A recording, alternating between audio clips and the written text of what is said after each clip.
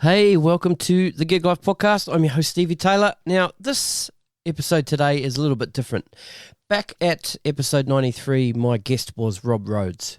Rob has a Facebook Live video show called The Musicians In, where he invites people on to talk to him about different topics relating to music, the music industry.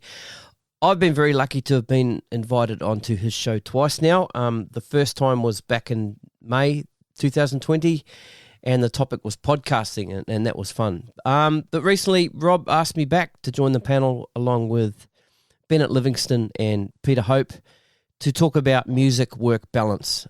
We discussed things like our day jobs, challenges involving working full-time, as well as juggling gigs, coping with long hours, favourite gigs, near misses and horror stories, as well as a bunch of other stuff.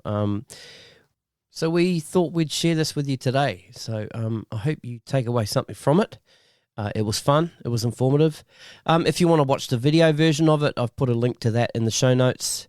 Check that out, or follow the Musicians In Facebook page and catch all the up-and-coming discussions, as well as the back catalogue of past episodes. All right. Episode 96, The Musicians In Music Work Balance. Here we go.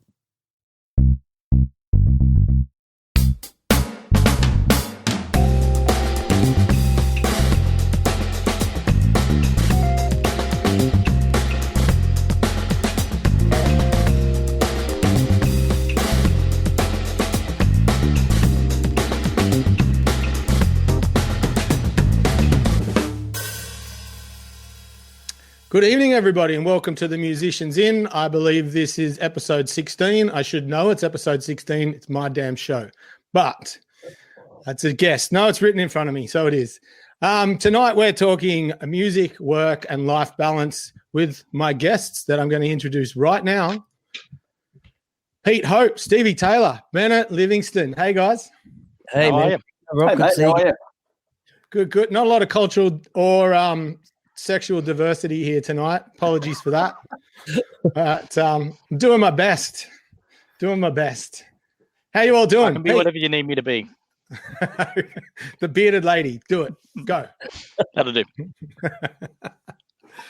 All right. So we're here tonight to talk about the balance between having a full-time day job as well as being a gigging and touring musician, and for some of us, like Stevie, side projects and recording and whatever else. So getting to know you is always the first segment. So I'm going to kick off with you, Pete. Maybe tell everybody who you are, what you do, a little bit of background, and I'm going to solo you here so everybody can share. Go. Okay. I'm Pete. I'm sitting in my garage. I'm a bass player. Been playing bass for 25 odd years. Doing gigs in pubs and clubs around Sydney for the last 19 19 years now. Worked with a whole bunch of different bands, gigging pretty much most weekends for the last 18 years. Two of the more recent bands I've been part of is Seattle Sound, which is a really popular, grunge band that's been kicking around Western Sydney for about 20 years, and more recently Never Ending 80s over the last year and a half, who are some good friends of mine. And I've been balancing that out with a local government job in Western Sydney, doing community development work. Awesome, man. Thanks. And we've done the odd gig together with at FireCap. We've done that one. Who Wants to Be a Rock Star? Yep. You did some fill-ins with Living in the 70s with our Sydney run, our first Sydney run. Yep, good fun, man. And also anthems or something too. Didn't we do some gigs? Probably some big night out at one point as well. Big night out, that's it. Scruffy's, Murphys. Yeah. So lots of Scruffy's. I've done lots of Scruffy's gigs and lots of Free Eyes Monkeys gigs, and when those places were pumping, and I can't remember which was which. So yeah. Done them all, man. Thanks for sharing that. Bennet, how are you, my friend? It's been a long time. It has been a while, mate. I'm really well. How are you? Good, good. All right. This is your moment to shine. Tell everybody who you are, what you do, some of the things you've been involved in. Hey, everyone. First of all, thanks, Rob, for having me. It's awesome to be here. My name's Bennet Livingston, and I play drums. I've been drumming for most of my life. I think my mum said I was bashing pots and pans when I was about 4. Probably started playing kit around 10, played in high school bands, but I've only been playing professionally for the last 10 years. I've always held a day job pretty much since after high school. So some projects I've been really lucky to be involved with over the last 10 years while I've been playing professionally include the main man himself, Rob Rhodes. In fact, gave me very first paid professional gig, so always forever grateful for that. Played in a bunch of cover bands around town, and over the last maybe 3-4 years, been doing some work with Pete Northcote, CC Entertainment, and I've also played in some original bands as well, including Yolanda and the Stolen Boys, and more recently, Lily. So, awesome to be here tonight with you guys. Thanks for joining us, man. It's great to see you. You too, man. Stevie, long time no see, mate. How long's it been? Like 5 days? 6 days? Something like that, yeah. But thanks for having me on the Gig Life podcast last week. Yeah, that was a hoot. We had a blast. It was good fun. Good to talk to you. Could have gone on forever. We could have, yeah. So without further ado, tell people that may not have seen or heard you before who you are, what you do.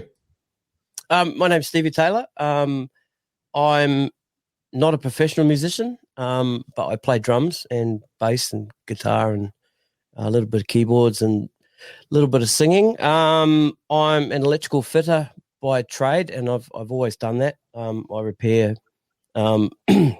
electric motors and heavy duty machinery and that kind of stuff. But I've always played in bands, always played in cover bands and had my own original projects.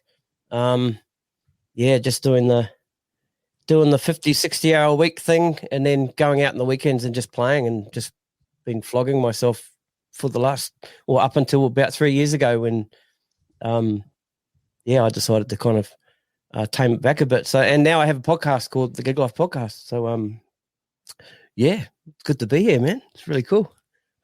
Good to have you back, man. We had you on the podcast special, which was a lot of fun. That was cool. I basically just stole everybody's ideas off that one. All right. So there's links to everybody's socials in the description of the video. So you can get all Stevie's links there and Linktree. Bennet, I've linked to his YouTube page because that's pretty exciting. Okay. There's some good stuff on there. And Pete's Instagram. Thanks, so after we're done here, folks, go check all that out. We got some visitors here. Gabor, who is, one of my favorite guests, and I keep getting him back. And Veronica's here. Nice to see you all. And, look, Adam's here too. Adam's been on a couple of times. Yeah, you got to support. You supported him, so it's got to come back, right? I think heckles was the word, but yeah. Yeah, and Ramon's here. Hey, Ramon, and Kim and Linda. Thanks for stopping by. All right. So tell us a little bit about your day job. You kind of touched on it there, sort of hours and days and whether you're, your own boss or you work for somebody and how the hours are flexible and stuff like that. Maybe start with you, Stevie. Are you self-employed? No, I'm not. I work for a company. I've been at this particular company for 11 years now. So I work for some other people, 3 other guys. I'm the supervisor of my division, so that I guess gives me a little bit of flexibility.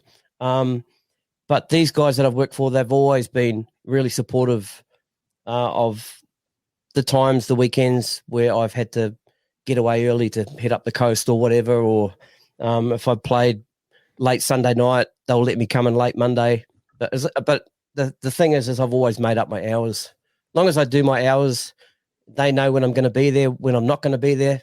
They're pretty cool with it, Yeah. That's great, man. Bennet, how about you, mate? What does your day or your working week entail?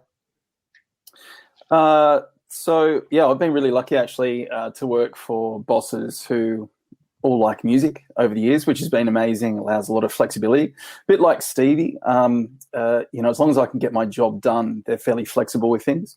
My standard hours are 8:30 to 5.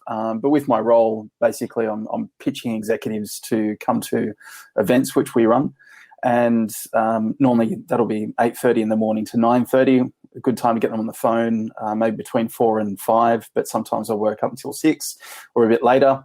So basically it's just getting people on the phone throughout the day. It allows me to work from home. So, recently, which has been awesome because I've been trying to push towards that. I've been in this current company for 5 years and built up a really good relationship with them, getting really good results.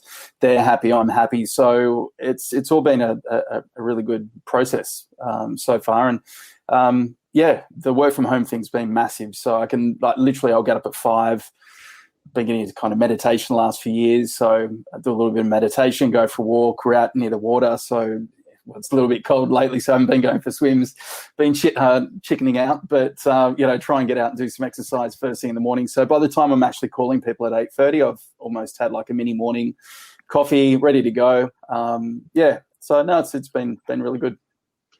Awesome, man. I went for a swim today. It was a little bit colder than the last couple of days, but it was still all right. That's because you're a braver man than I am, mate. Well, like the water temp's still about 21 up here. I was going to say, once you're actually in the water, it's fine. Yeah, it's great. Unbelievable. Pete? It's a pretty similar story, I guess. I generally work from about 7:30 or 8 in the morning till about 5 each day.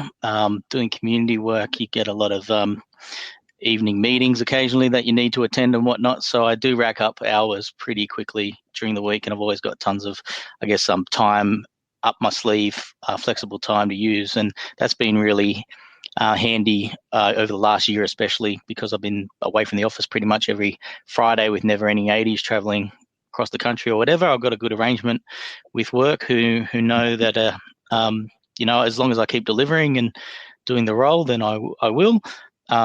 And there hasn't been any problems so far. I'm about to change roles though into probably a less pressure role in terms of I've had about 5 or 6 staff over the last year or so that I've been managing, but I'm about to go into a social planning role where I'll just be looking after myself primarily, which is great. And so that's awesome.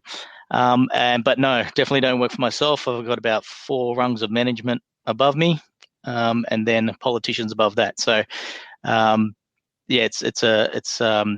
but yeah, I've been really, really lucky that they've been able to kind of let me do what I need to do to keep playing music, and I make it up to them when I can. Awesome, man. Well, while I've got you, maybe you can talk to some of the difficulties you've sort of encountered juggling both things as far as, travel, sleep, all that kind of time management stuff. Well, I'm more pissed off that I don't get to go to a lot of the concerts that I want to go to, for starters. We're all in the same boat. That's been one of the most difficult and painful things, and basically the general loss of kind of a social life and missing your friends and everything. I mean, you see your family on a daily basis generally, but there's all the other things that you like to do, and unfortunately, if you're committed to gigs and whatever, you gotta stick those commitments and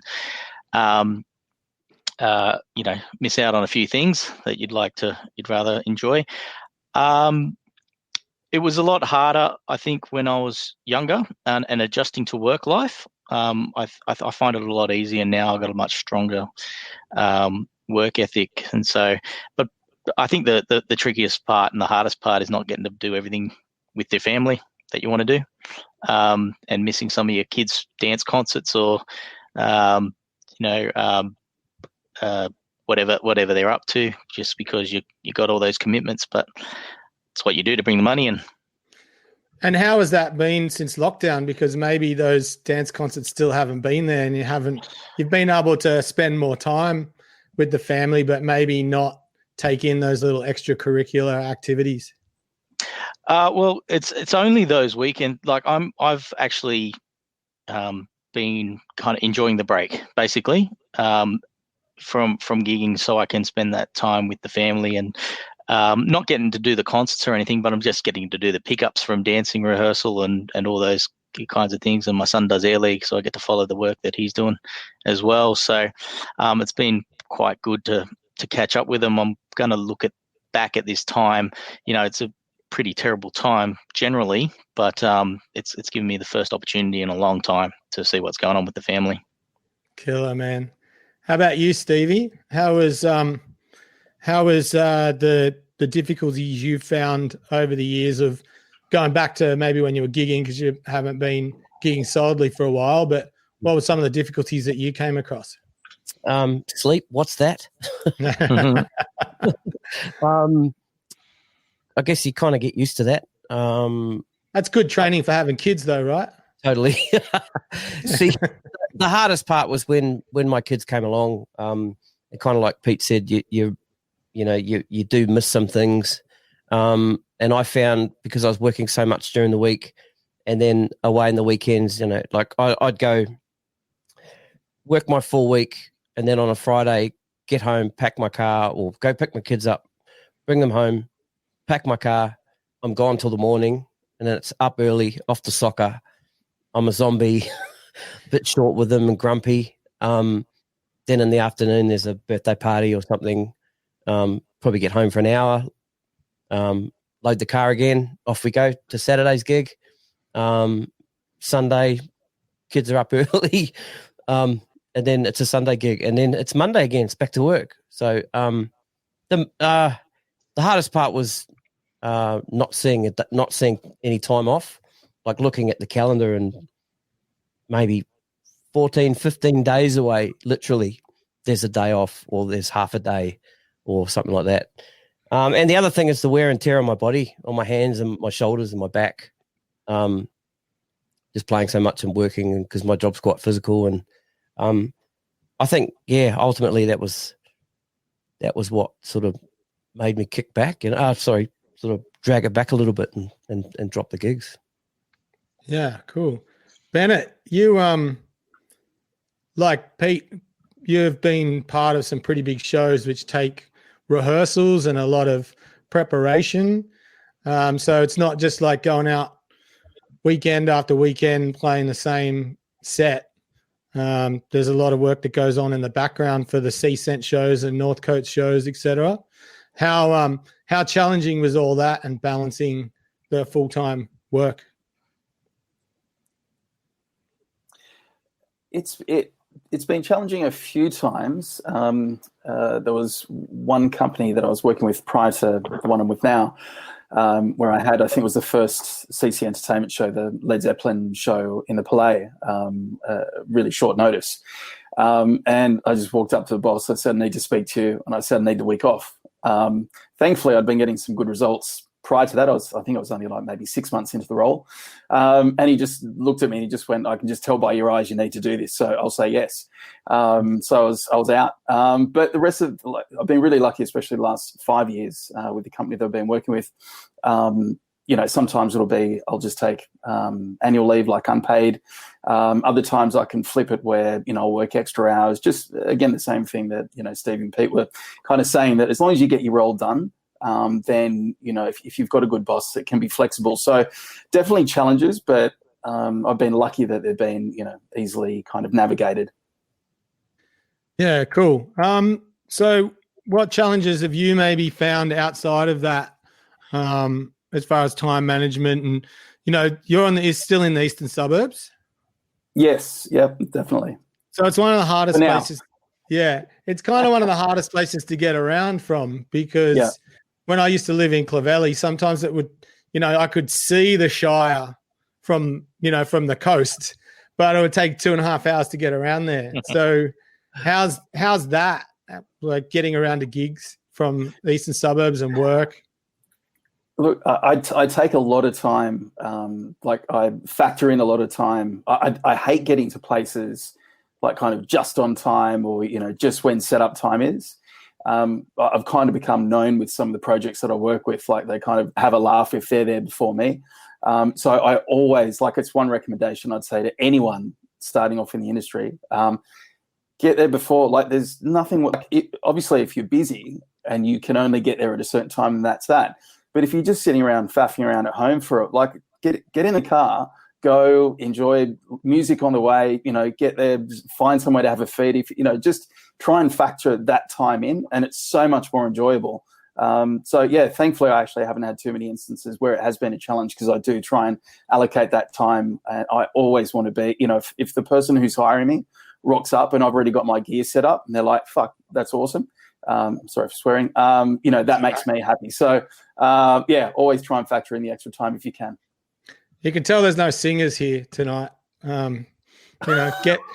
Get there with plenty of time, prepare. Don't just get there when at the last minute. But isn't it fantastic the last couple of years that singers have been lugging their own PAs and everything like that? Well, yeah, I noticed that. The tables have turned. Yeah, I've noticed. I noticed that when I first moved up here. Actually, it wasn't so much in Sydney when I left, but everyone bought their own gear up here in Queensland. Drummers had their own, fold back and microphone kit, and so when they would turn up to a wedding and I had everything all ready to go, they were like, "What's this?" They couldn't believe there was fold back everywhere and lighting, and the mics are ready to go. And so it took me a little while. I still don't let them use their own stuff because I'm a control freak, but it's nice to know if I forget something that everybody's got something as a backup, which is great. All right. So we got a question here from Veronica. Have you ever hit burnout point working so much? So I can see you nodding. Everybody's nodding, but Stevie, you nodded first, which means that you're the winner. It's like fastest finger first here. So, maybe you can answer that question for Veronica. Yeah, man. Hi, Veronica. It was about 5 years ago for me. Like I was saying, I was getting a bit of wear and tear on my shoulders and my hands, but mostly the biggest issue I had was with my back, because I have some fractures in my lower back, and I've always kind of been able to manage them. But it got to a point where I was working so much. It was getting around. It was just after Christmas time. That's always, as you guys know, the busiest time as musicians, corporate season and gigs. But also for my industry, it's a time where a lot of places shut down and they get all the maintenance done. So during the week, I just had so much work on, plus playing 3-4 gigs a week as well, and just pushing through the pain in my back and that kind of stuff. And it actually got to a point where, I almost just shut down. I just couldn't. It was hard to get out of bed. I was knackered, so I had to call my boss and take a couple of days off and call the owner of the band and said, "Look, man, I need a break." So he in reasonably short notice, in about 2 weeks, he gave me a month off. So that was great. That I was able to sort of rebuild myself, so to speak. But So I hope that answers your question. Yeah, cool. Thanks, man. Hey, Makara, she was a former guest on here. Get her on soon. Very talented. How about you, Pete? Burnout? Look, I think the closest that I've come to a burnout is probably a period. There was a period where I was doing about 3 to 5 nights a week, around about 3 or 4 different bands, and I just found that I was just really getting no musical enjoyment out of it at all, basically. So I wasn't getting particularly down on myself or anything like that. I was just kind of really feeling like, it was more of I'm playing the wrong kind of music or whatever, or feeling like, I'm just doing the wrong thing. But that's probably the kind of closest that I've actually come to it. So I'm pretty thankful for that. But yeah, who knows where I would have ended up if we kept going, because I think I was booked solid for this year. It is funny that mental burnout if you're not actually doing something that you're enjoying, whereas physical burnout's another thing. That was what Stevie was just talking about. But how about you, Bennet? Yeah, I had a few times so I've only been playing for 10 years, like professionally, so gigging. And when I first started because I knew I had so much catching up to do. I said yes to everything. And then, which is awesome, you get hired and you're gigging, it's the best. You've got your day job and then you're rocking out on the weekends. And life's great. And then I think it was like 3 or 4 years later, and it was just because I was saying yes to everything. It was just I end up having to take a few. It wasn't that bad, like just literally kind of seeing ahead and going, well, maybe I should just take a weekend off, just recharging the batteries. And I think I've done that maybe twice over the 10 years. And obviously, nothing like that is happening at the moment. So I can't see burnout happening for a while. But yeah, it's definitely, and there's machine like Rob, I mean, great question for you. One of the hardest working guys I've ever met, and a massive inspiration in terms of your work ethic. Can we ask you the same question? Like, how have you dealt with it? You must have, well, you're a machine, so maybe you haven't, but yeah. Yeah, thanks, man. The first time I experienced it was when I had a full-time job. I was working at Allen's Music, and that was Monday to Friday, 8:30 to 5:30 or 8, somewhere around there. And it was an admin job, so it wasn't cruisy like all you salespeople out there. Jeff Jardine, I'm talking to you. And so that was hectic, and you couldn't really – I could maybe get away half an hour early. That was about it. Couldn't really do much. And then juggling that with 4 to 5 gigs a week. I only lasted 6 months, and I had to give that job up.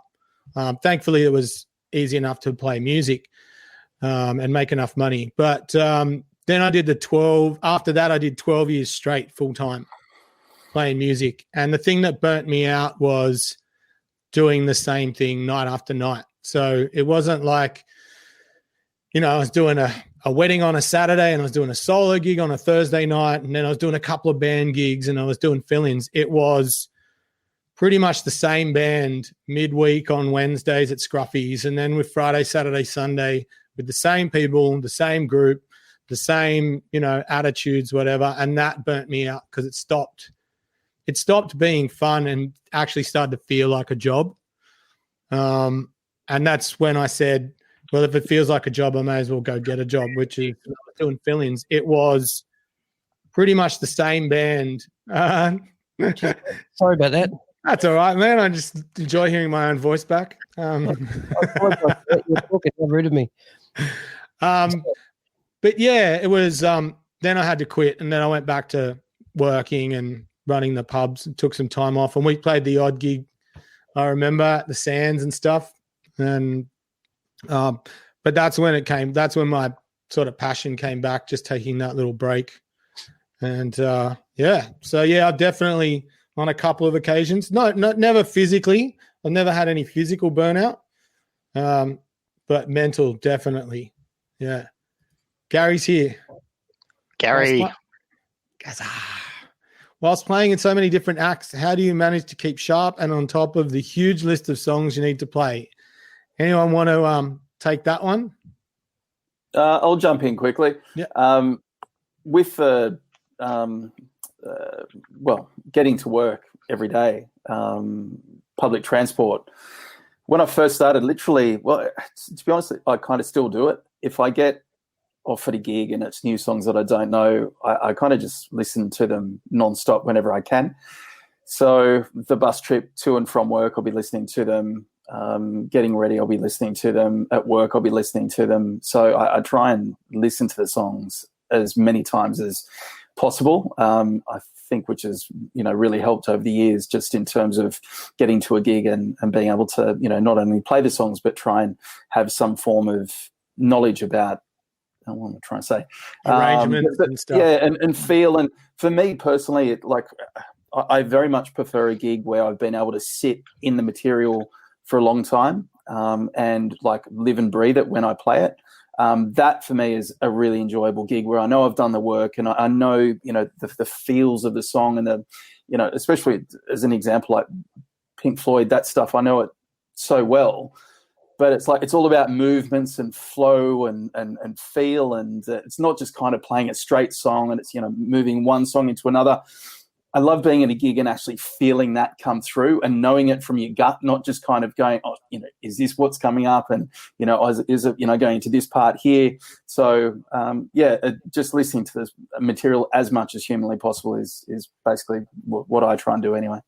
I'm envious of drummers because you don't have to deal with, playing 3 different gigs with 3 different singers in 3 different keys on one weekend. It doesn't matter. Yes. That's how I was going to answer that question. Actually. Yeah. Sit there. I've What played keys is in? Wonderwall. Retuning the drums. Boom, boom. I've played Wonderwall in 5 keys. Yeah. Wow. Can I answer that question? Hi, Gary. For me, the bands that I play in, a lot of the music is much the same, but as Rob was saying, it's not true. We do get to play with different singers some weekends. There was a stage there, probably for about 6 weeks, where I was playing with 3 different bands over those weekends. We were playing the same songs, but they were different arrangements. Some of them were to click tracks. The tracks were completely different. So I'd have to almost chart out how, just so, because, sometimes you just get in a moment and you think you're in last night's band, but you're not. You're in tonight's band and you're playing a different version of that song. So I guess, for me, it was just those things. As for the big list of songs, I guess playing them that much, they kind of get ingrained here. It's just those little changes I've got to write down sometimes. Yeah, like Valerie in a reggae feel. How about you, Pete? Because you bounce over the years, you've bounced around a lot from night to night. And how have you dealt with, keeping sharp on all these songs and the different arrangements and keys, etc.? Well, if it's really busy, I don't need to worry so much because you're just jumping from gig to gig, so it's still fresh in your memory. If a gig's coming up and I'm not, I haven't played a song for a while or whatever, I'll have a listen to it, but I pretty much just listen to the vocals, because if you can follow the vocals, you can subliminally hear, I think, everything that's underneath, and that's the best way I kind of trying to find, like when I'm learning a song for the first time, I get my head around the lyrics first, basically, listen to the song. The one I put most effort in every time a Chisel gig comes up, like a Chisel cover show comes up, that's the one I know I need to sit down and actually play through the songs before the gig comes up, because there's lots of sneaky little bits and pieces that tend to come out of nowhere, and you don't necessarily hear them when you're just kind of refreshing in your head. So that's probably the most complicated one that I think that I've found over the years. That's the one I always need to focus on the most. Yeah, cool. Follow-up question. Gary. Because I'm too lazy to tune down to drop D, Gary. How many times do we have to go through this? That's all right. Gary plays with a band called Love Child. Everybody check that out. They're doing good things. Huge. For me, it's just once it's in there, it's in there. If I haven't played it enough times, I won't retain it. But once I've played it half a dozen times, 6 times, 10 times, then it's just in there.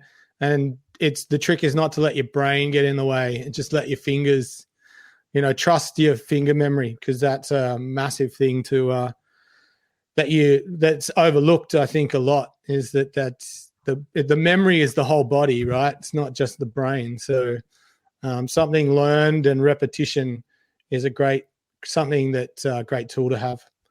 All right. Hope we answered your question, Gary.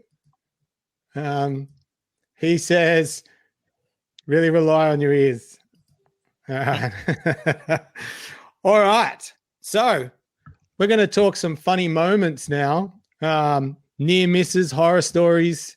I only gave the boys like 24 hours, maybe less than 24 hours, because I sent this through last night, 1 a.m., the talking points. So, but Bennet, maybe you've got some funny stories or some, horror moments. Is this gigs I've played or gigs I've gone, other people's gigs I've gone to and had unbelievably embarrassing moments myself? There's tons of them.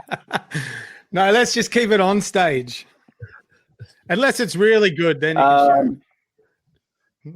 No, man, do you know what? I've been really lucky that there haven't been like too many, horror car crashes, anything like that.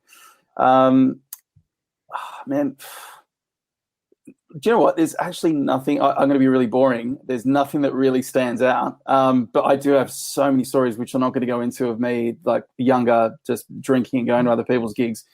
Unbelievable stories. I just like wake up the next day and go, how did that happen? But yeah, so I might come back. But so yeah, no drum stills falling off the back of the stage. Oh, actually, do you know what? You've just reminded me. So my wife, and bless my wife, she reminded me of this earlier today. So it may have been, I don't know if it was a gig with you. It was at Scruffy Murphy's, and I'd left my throne at home, which is normally okay, but I could not find anything to replace it. So I call up my wife. She ends up getting in her pajamas in a cab with my throne. And I remember that. Yeah. I have to meet her on George Street in the middle of the night. And she's like throwing this throne out of the cab window. That was, not so great of me. But yeah, there was that. And actually the RC McGee's, I remember forgetting a throne as well and having to use a ridiculously high chair to play the gig. That was embarrassing. But yeah, not too many others that come to mind. I've been fairly lucky. I have an RG McGee story too. I went over the speed hump that's just outside, and the whole trailer came off and just scraped along the road. It was just like, and I'm out there trying to lift the trailer back up onto the car. But you jumped in there, Pete. You got some? I just remember RG McGee's.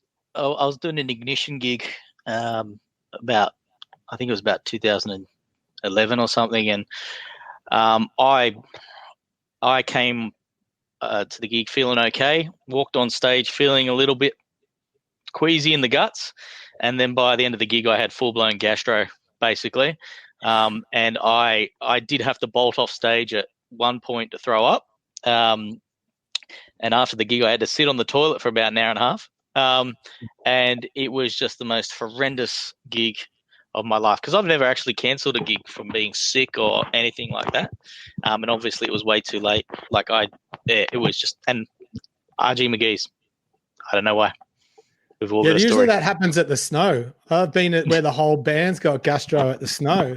It's just like, it's a rite of passage to play Ski Rider, and the whole band is on stage looking translucent. for many reasons, not just the gastro, but also the night off that you have in between the gigs. How about you, Stevie? Yeah, like heaps of similar kind of stories, but a couple that kind of go back. One of them was around that time I was starting to burn out. It was Christmas Day. My daughters were, I think, 4 and 2.5, and we had opened the presents for the kids in the morning, and then jumped in the car, started driving up. We're about to head up to Avoca to my in-laws' place, and got on the freeway and micro slept. Poof. And that scared the absolute shit out of me and my wife. So that was a real wake-up call. Pulled over and, she drove. And yeah, that was around the time I sort of put for that time off, time to have a break. Another time, this is going back to my bad back. My back was really, really bad. I couldn't get a fill-in. Bennet, as you know, as drummers, we tend to move our trunks around a bit when we play. The fractures are right at the base of my spine. So any sort of movement. Yeah. So what we ended up doing was wrapping towels around my legs and my waist, almost like a corset to hold my my butt and my trunk together so my back wouldn't move, so I could play my pedals. Because if I didn't do that, my right foot went to sleep. I couldn't feel my bass drum. Oh, wow. Yeah, and just couldn't get a fill in, so just had to do it, man. That was, yeah. Actually, there's talk about little injuries. I remember when we were doing American Idiot at the Opera House, there was a moment about halfway through. I just remember that week my shin had been having some issues. I never had shin issues before. And I just remember halfway through the gig, and I was playing in a Perspex kind of shield almost. So I could see the audience, but they could only see a silhouette of me. About halfway through the gig, I actually remember thinking, and I've never had a gig where I've been really lucky, always been able to play any gig and not too many issues. But I just remember thinking, I don't know if I'm going to be able to finish this gig. And it's in the middle of the Opera House, sold out show. There's like 30 people on stage. I'm driving the show, and my shin was seizing up that much. I was just like, and thankfully I just played through it. But there was a split moment where it was like, this may not actually end too well. Wow.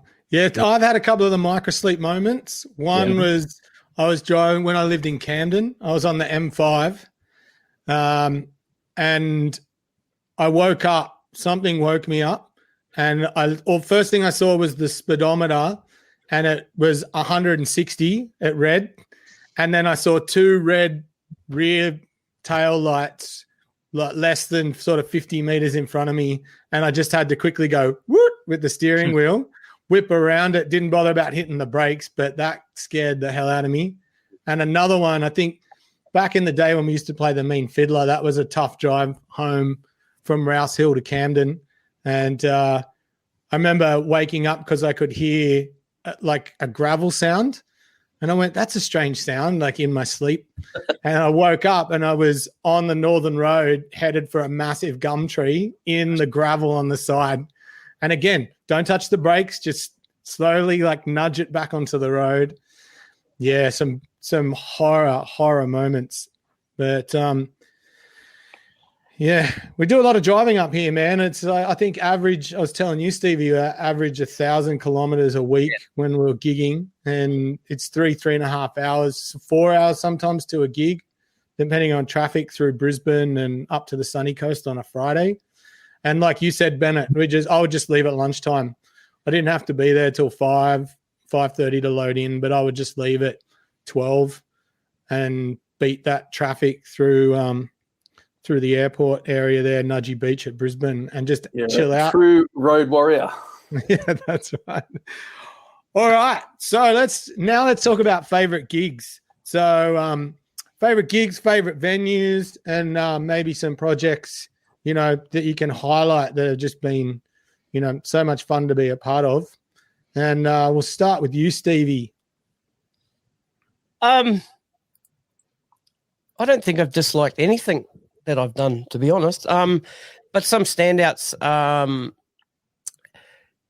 play in a band called The Company, which is it's a 5-piece hip hop band with 4 other Kiwi mates of mine.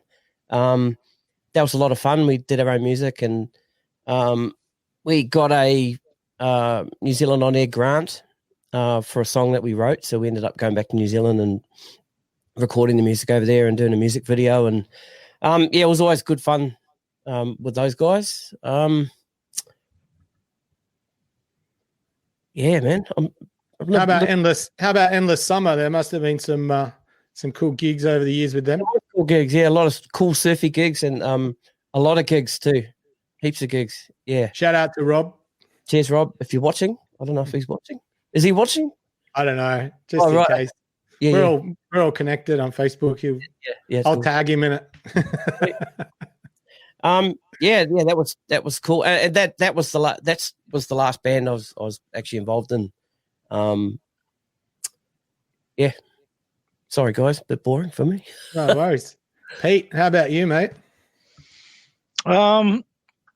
I'm really fortunate to have been playing to 2 really big shows in the last couple of years that have just been an absolute pleasure because we're just all such good mates. Like the Seattle show, for anyone who doesn't know, Seattle Sound has been going for about 25 years, and they literally just pull hundreds of people into a show in anywhere across Western Sydney or the Shire. With hardly any publicity or promotion or anything like that. They've just got such a strong name over the years. And look, I used to see those guys play when I was 18 and 19 years old. And to get to work with them now and get to know them, they're just funny, definitely the funniest dudes to hang around, but just really, like, they've just been such great guys to work with. So that's been so cool. And obviously Never Ending 80s with, Adam, who's one of my best mates, and me and Jason have been friends for a really long time. So I've just slotted in there. It's been fantastic. But I guess musically, especially for me, one of probably the band that I miss the most is a band called Ignition, where I was playing with Phil Bowley on guitar and James Poole on drums. And we were just hell on wheels, man. Like, I loved playing in that band. Those guys are just rock stars in my eyes. So we still catch up and still get to play occasionally, but I wish I didn't take it so much for granted around that. I guess it was about 2010 to 2014 where we were gigging every weekend. So it was just fucking unreal. Yeah, I did a few gigs with that band too, with you guys. That was good times. Crazy. Absolutely crazy sometimes. Oh, man. We could all write a book. Imagine what it would be. And Bennet, you must have been hard to maybe pick a couple out here for experiences as far as gigs and things you've been a part of. Yeah, I feel incredibly fortunate to have been able to have participated in some of the gigs and be at some of the venues. Like if someone had told me like over 10 years ago that, I'd play 6 shows at the Opera House, I would have laughed. It's been absolutely amazing. But so obviously the American Idiot, the whole tour was just crazy because I'd never done anything like that. And, I'm not a musical theatre guy, but to be able to go on that whole experience was phenomenal. Obviously the Opera House stands out. My old man had played there many years ago, so it was really special for me. The first Led Zeppelin show, or the show at the Palais with Joseph and the CC Entertainment, that was insane because I've been a fan. I've been really lucky that a number of the shows that I've been a fan of, so I used to go and pay to see a lot of the shows that I now get to play. Just actually getting the call for that gig was insane. And then, 3 days later being in a rehearsal room with Jack Jones and, I was just literally like, what the F is going on? And then finding yourself at the Palais, at set up and Jack Jones is like singing a cappella, at sound check and no one else is around. I'm just mind-boggling. Then playing the gig when you start actually kicking into some of the tunes and you couldn't wipe the smile off my face. Unbelievable. All the shows I do with, Joseph and Pete are just absolutely phenomenal and are just a gift. But another one, a couple quickly. Lily, we got to go overseas, so we played UAE, we played Abu Dhabi and Dubai. That was pretty crazy playing for the armed forces, really memorable experiences. And also a big one was playing at the Whiskey. That was amazing in itself, doing the Ultimate Jam night. Again, like stuff like that, just being on stage, just catching yourself, just going, what am I doing here? Like, how did this actually happen? Have just been, magic. And of course, the big one, the first gig with you at RC Magee's. Man, I'm like a proud dad. Hey, I see, it's no envy. There's no nothing. It's just I'm so proud that guys like you and Bobby that sort of started out just to see what your achievements have been. And, you deserve it. The Will Zeglis as well, another one who's, started out with as a kid and he's kicking ass with the Rubens and so many, that I've seen going on, and you all deserve it. And, and humble at the same time, that's why you get called back, man. You have to be someone who people want to hang out with, as well as being good and bringing the right vibe, and you all do that. And as I said, I'm like a proud dad. It's wonderful to see. No, you're a legend, man. All right. Now, let's get into how the lockdown, we'll just quickly get into this lockdown thing and how it's affected you. Whether it's had a positive or negative effect on you, and how you've sort of been keeping busy, if there's any projects you've been going on. I know, Pete, you've been working on some stuff with Adam. Maybe you can tell everybody what you've been working on in these 5 months, bar taking a well-earned break. Well, I got my priorities straight. So first up, I rewatched The Sopranos. Okay. Still have never seen The Sopranos. No, mate. Okay. You haven't lived. Okay. And I'm catching up on Sopranos podcasts and things like that. Look, Adam's been writing and recording heaps of stuff. So I've been bouncing some tracks back and forth with him. And we've been doing some studio work with Never Ending 80s, which has been, heaps good fun.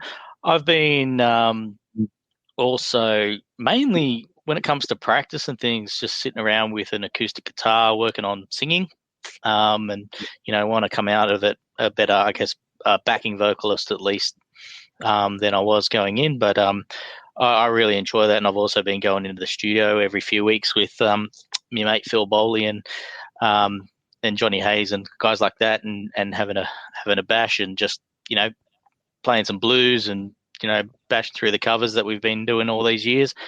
So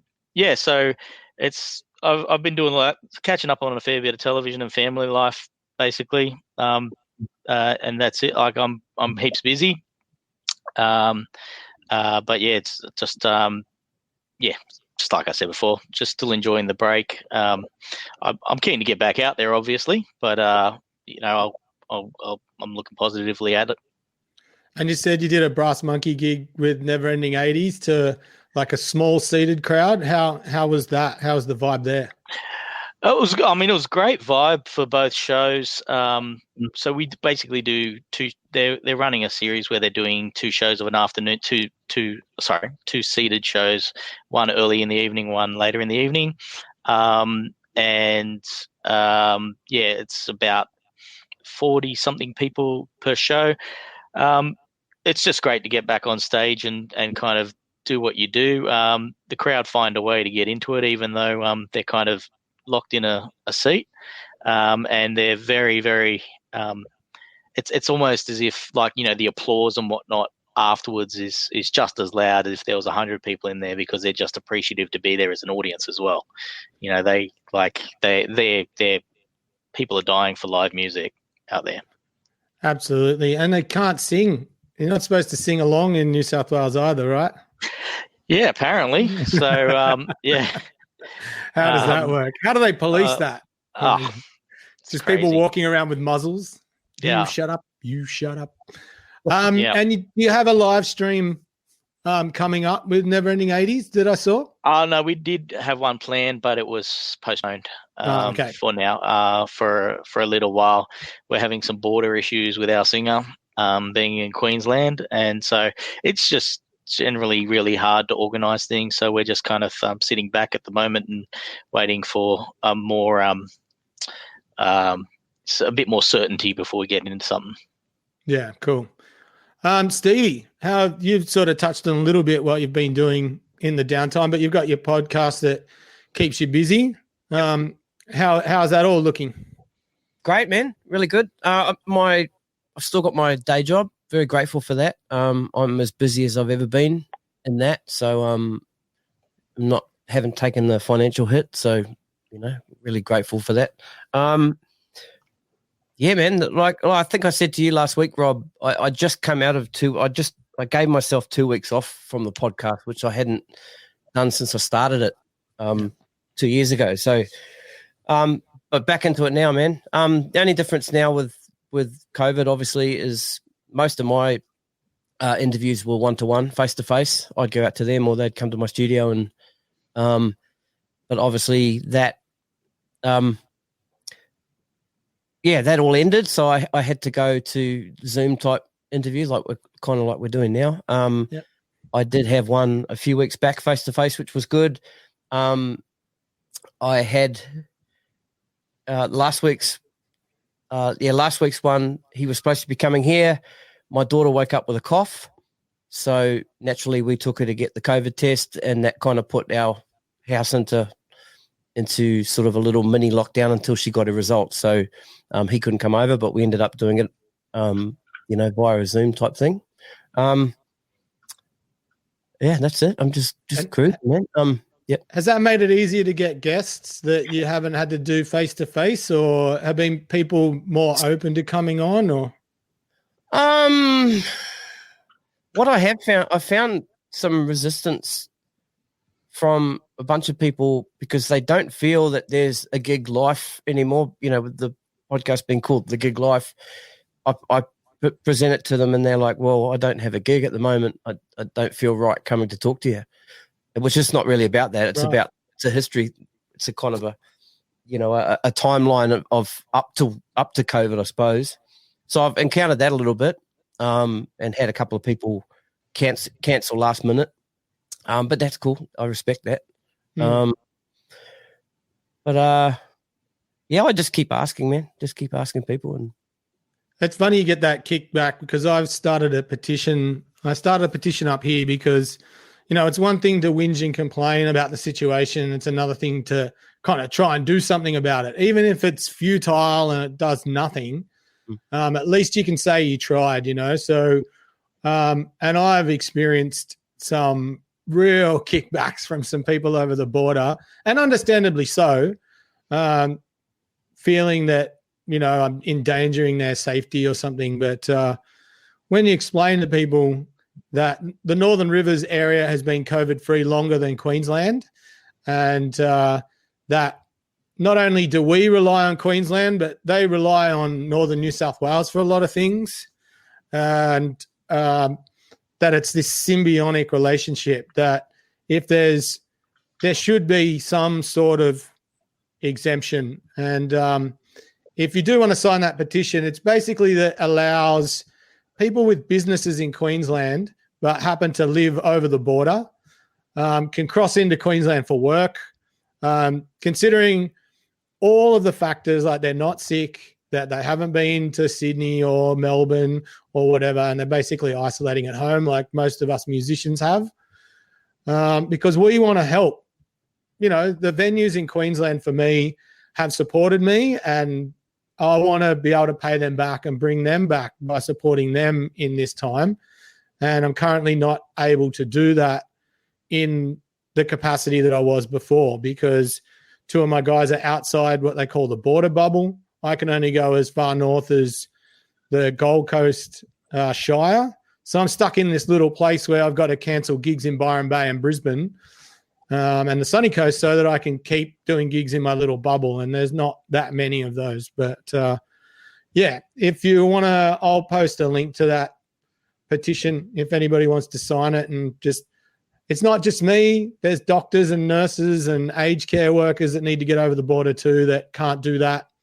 There's been a few news stories out there on mothers having babies sent to Brisbane Hospital and can't visit them for 2 weeks. And, it's having a huge impact. It's not a selfish thing. It's for everybody. I don't feel entitled like they should let me. They should just let people that it's safe to let over. So that's my rant. I'm going to leave it at that. Bennet, what have you been up to other than, relaxing? Is there anything planned coming out of this? Have you been learning songs for anything that's coming up that might happen? No, funny enough, I was actually meant to be in Melbourne this week doing the Floyd show, which obviously didn't happen. Mate, I've been a bit like Stevie. I had some injury stuff over the last few years. So I've had some lower back stuff and also tendonitis in both arms sporadically. So I actually took the first couple of months to I didn't do much at all in terms of drumming. And it's really helped. Plus, I've been doing a lot of fitness stuff. So with COVID, obviously the gyms are shut. But I was working with a trainer in town before COVID hit to help me with building up core strength and glute strength. Basically, all the lower back stuff that I'd had was because I'd done no glute work. I'd done no ab stuff, lifting weights, but, taking drums around for, 10 years and not using any strength to, help my lower back. So anyway, I was working with this guy and COVID hit, and now I've been doing programs at home 3-4 times a week with PTP stuff and bands and all the rest of it, going out for swims. So basically I've been trying to, kind of just look after myself for a little bit. Plus, we also have some exciting news on the home front, which is my wife's 18 weeks pregnant. So, yeah, congratulations! Thanks, man. So yeah, that's some positive has definitely come out of it. So, we're expecting a little drummer girl in January. So, life will obviously never be the same again. Planning a nursery and getting all that ready. Well, as I was mentioning before, we kind of, because I've been working from home, wondering if do I need to stay in Sydney? Obviously the gigs are going to be, important, but who knows where things are heading. So yeah, we're kind of just looking at a whole range of things at the moment. But I've been really enjoying also just being able to.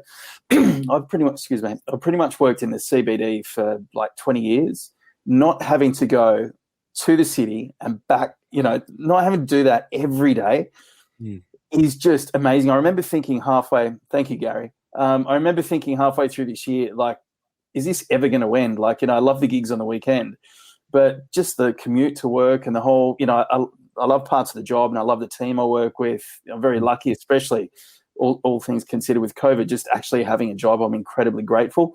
But yeah, that was really kind of playing on my mind early this year, like, am I going to need to change and then COVID hit.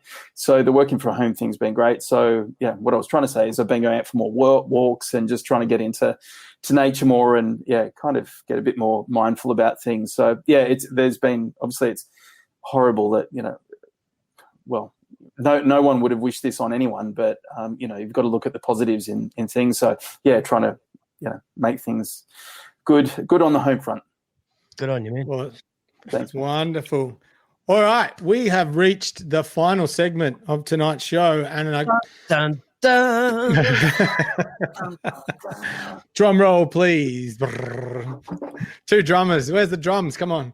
Bags there, look. Yep, they're still in the bags. Yeah, man. I call this the plug. So basically, anything you want to plug in your life musically, it can be a podcast, be something you're working on, could be a documentary you've seen on Netflix, could be a band that somebody missed criminally or something new that's come out. I'm finding a theme with everybody though. There's not a lot of people listening to new music, but that's all right. It's fine. I'm still getting some cool recommendations. So I'm going to kick off this time. I haven't heard from Pete for a while. So Pete, the plug. What would you like to plug?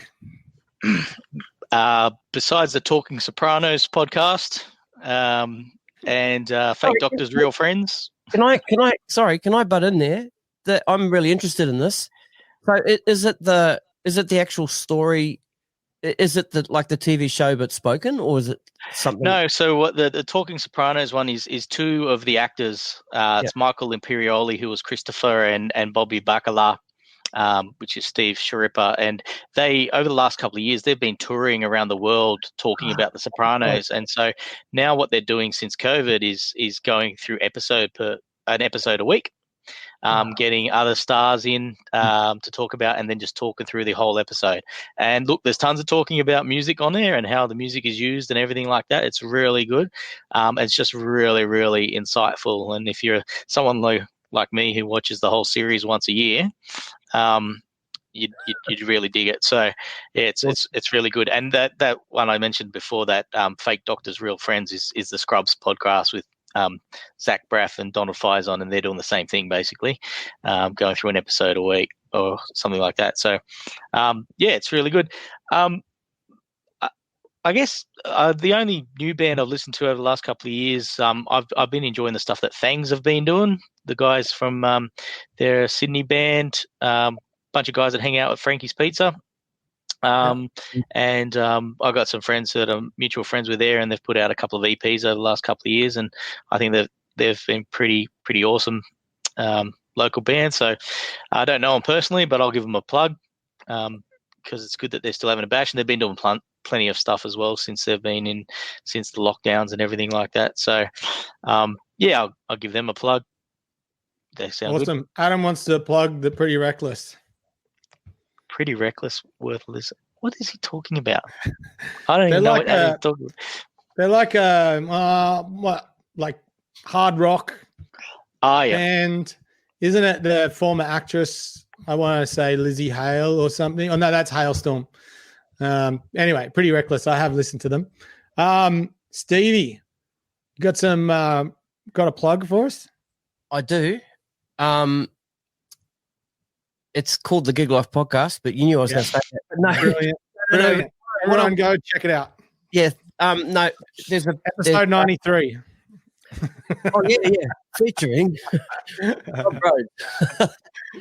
No, that's a bloody good one. Actually, go and listen to that one. It's really good. They're all good. In 2 weeks' time, we're finally recording the Steve Gadd Spotlight podcast. Last year we did a Jeff Beccaro Spotlight podcast where myself, John Adams, Dave Ferry, Kerry Buchanan in New Zealand, and the great Louis Shelton got together, and we just talked about Jeff Beccaro all night and made a podcast. And the start of this year, we had it booked in for March, but obviously COVID hit and it got cancelled, but we've rescheduled for 2 weeks, and it's myself, Gordon Rittmeister, Hamish Stewart, Darren Frugier, and Lance Phillip, who's my old drum teacher from New Zealand. So really excited about that. We've been between us throwing a whole bunch of obscure Steve Gadd tracks around and listening, and getting a short list of songs together, and it's just been great. Since we got the green light to do that again, I've just been stoked. Can't wait. It's gonna be awesome. Killer. Bennet, got a plug for us? Mate, I've been listening to a lot of Joe Rogan podcasts, which is actually nothing new, but I just find myself coming back to them. He had David Blaine on today, the magician. I can't wait for that one. I was just 5 minutes in. It's already like, this is going to be wild. So, I just find myself just going back to them. They're not all brilliant, but, there's so many of them are. Did you listen to the whole Post Malone one? Dude, you know what? I saw something about them taking mushrooms, and I went, I've got to watch this another time. I think I need to be in the right headspace to watch that one. I listened, and I lasted 15 minutes. And 10 minutes of that's Joe's plugs. Yeah. What was that? Oh man, I was out. What else? The other day I was trying to find the She Had documentary. I couldn't find it for some reason. I don't know where I can rent it, but I'll send it to you when we get offline. Oh, you don't have to do that, dude. But I thought you must be able to rent it somewhere, but I couldn't. But I'm happy to chat with you after. Yeah, sweet as. Yeah, cool. What else? And I just keep coming back to Tedeschi Trucks Band. I'm in love with that band. Absolutely always just come back to them every now and then. So lately they've been getting smashed on the stereo. Awesome. What about Sleishman Drums, man? Do you want to give them a plug? Dave, shout out to Dave. Hey, Dave. My man crush. No, what a legend. I've been amazingly lucky to get connected. So the story with that was that Virginia Lilly, who's who I play with quite a lot, and when I was in her band Lily, so she's family friends with the Schleichmans, which I had no idea about. And so when I joined Lily, she said, "Hey, I should introduce you to Dave." And it's funny going back to 90. I don't want to say how old. It was a long time ago when I did 1 year at the Australian Institute of Music, and they had a Schleichman kit, and I just remember thinking this sounds amazing. So I'd always been a fan of the drums. Anyway, so Virginia said, I should meet him, hooked it up. We got together, like everyone, just you fall in love with him. He's just the nicest guy. Yeah. And he said, more than happy for you guys to use a Schleichman kit for any of the Lily tours. And so that's how it kind of started. And then over time, I was just like, we call him and going, done it. Anyway, so I've been very lucky that, it's been, I think it worked out the other day. It was probably 2013 when I first met him. So 7 years on and off. But for the last 3 years, I think almost exclusively only use the Black Beast Schleichman kit. So, no, what a legend. Thank you so much, Dave, if you're listening. I've got some Dave Schleichman stories. I was going to say, come on, Pete. Yeah, go over it. No, I've got a funny Don Schleichman story though. What a legend as well. We were, Dave Schleichman. For anyone who does know, Dave Schleichman is playing drums as Davey Rocket in Neverending 80s, and we caught up with Don in Foster. I believe he lives up there now, and we were up there touring last year, and we all caught up for a cafe for breakfast in the morning, and we're just sitting there eating breakfast at this beachside cafe, and Don just pulls out this big kick pedal that he's working on. He's still designing drums and whatnot, and he's got a set square and he's got some diagrams showing what he's going to do with it and everything. He's going to design drums till forever. It was hilarious. He's a genius. Right in the middle of the table. Look at this. Yeah, right. The first band that I joined up here on the Gold Coast was Peter McFarlane's band, and it's where I met Charles Longy. Hey, Charles. But Pete McFarlane was in Finch with Bob Spencer and etc. But he had when he went to his studio to rehearse, he's got a first year Sleishman, I think. Oh, wow. He's been playing it since back then. Yeah. So that's, we've all, I think, well, you two wouldn't have done, Stevie and Bennet, you wouldn't have done gigs with Dave, but I know Pete and I have, and he's one of the sweetest guys too. It's good to be around. The Gig Life Podcast, episode 11. Dave Yep. Check I did it out. listen to that one. It was awesome. Yep. It's good to hear Dave's voice. That was a vibe. We just set up in his office. It was a mess. Man. I tried to grab a snare drum on the way out, but it didn't happen. It was awesome, man. He's such a cool dude. Yeah. All right, so I'm going to solo myself for this plug because this is a special plug. And I'll come back to you guys. So I want to plug Support Act. The lovely Nick at Byron Music has kindly handed me today this guitar strap, which I will sport proudly.